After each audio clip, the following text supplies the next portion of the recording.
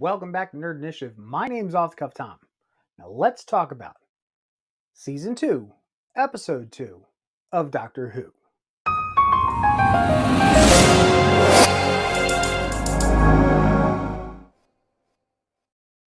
This episode is called Lux.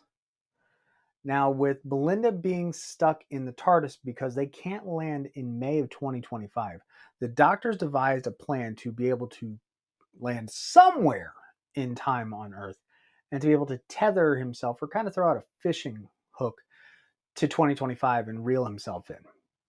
Well, the only place they could land is 1950s Miami.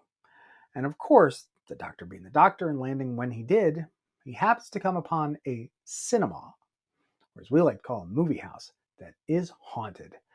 Now, this movie house is haunted by none other than one of the Harbingers. That's right, another one of the members of the Pantheon, Lux, the god of light, has descended to Earth. And this time is stuck in the body of a cartoon character, Mr. Ring-a-Ding. Now, we knew this was coming because we saw it in the trailer. We also see that, Belinda and the Doctor both become animated themselves. But the best part is that Mr. Ring-a-Ding is voiced by the incomparable Alan Cummings.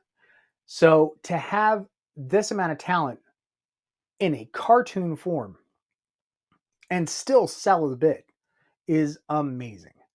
One other thing I really have to give them credit to is the fact that this is the first time we've ever had the Doctor and the companion both be people of color, and they did not shy away from it. They're like, look, episode 2, we're going to put it right in your face. We're going to talk about it. And so we're in the segregated South.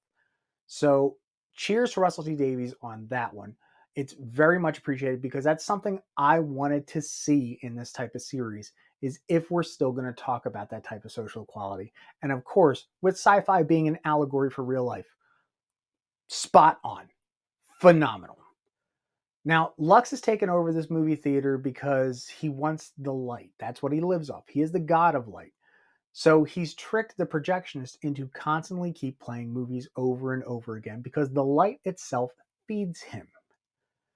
Now, I'm not going to get into the big spoilers, but I will say that this is a great meta episode for anybody who's loved Doctor Who as long as I have, or even if you're still relatively a new Whovian, go for it, because it really does break the fourth wall. Literally. I'm not kidding. Literally. The ending is great. Make sure you stick through the credits just a little bit because they pulled a little Marvel and did a mid-credit scene. That's all I'm going to say about that.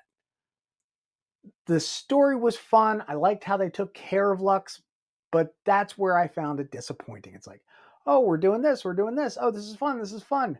Plain and basic. Honest to God, if you played Portal 2, you'll figure out the ending on how they did it. It kind of felt a little bit empty. But on the bright side, again, we still have this Belinda and Doctor vibe that's going on. She's still not completely enamored with the idea that she is stuck out of time, but she realizes that if these are the hoops I got to jump through to get home, I'll do it. But she's still trying to keep her hand on the steering wheel. So I appreciate that. Again, a headstrong companion that is really leading the charge. I'm all for. On top of it, the clothes. The clothes. Babes, the clothes. It really is the clothes. And just the whole Art Deco vibe of Miami, at that particular time, it was stunning. The art is, the animation art is fantastic. The special effects are amazing. The writing just fell short, especially when it came to dealing with, how do we wrap this up with a bow within, 40 some odd minutes. So that kind of took a little bit away from me. But everything else helped it. So when it comes to episode 2, Lux of Doctor Who, me, Off the Cuff Tom, I'm going to give this an 8 out of 10, and it's pushing it. Again, when it comes down to the fact that the way that they handled the situation and finished it off, and then again, like I said, Belinda trying to be, as headstrong and, forthcoming as possible, but then taking that little step back, like, okay, this is all you got to do. Fine, we'll do it. But I still want to get home. it just felt a little disconnected. So we'll see where this goes. There's a lot of great potential. Go watch the episode on Disney Plus. Trust me, you're gonna enjoy it. And that fourth wall break, I'm not kidding. It's probably one of the best things I've seen. So trust me, you're not gonna want to miss it. And don't blink.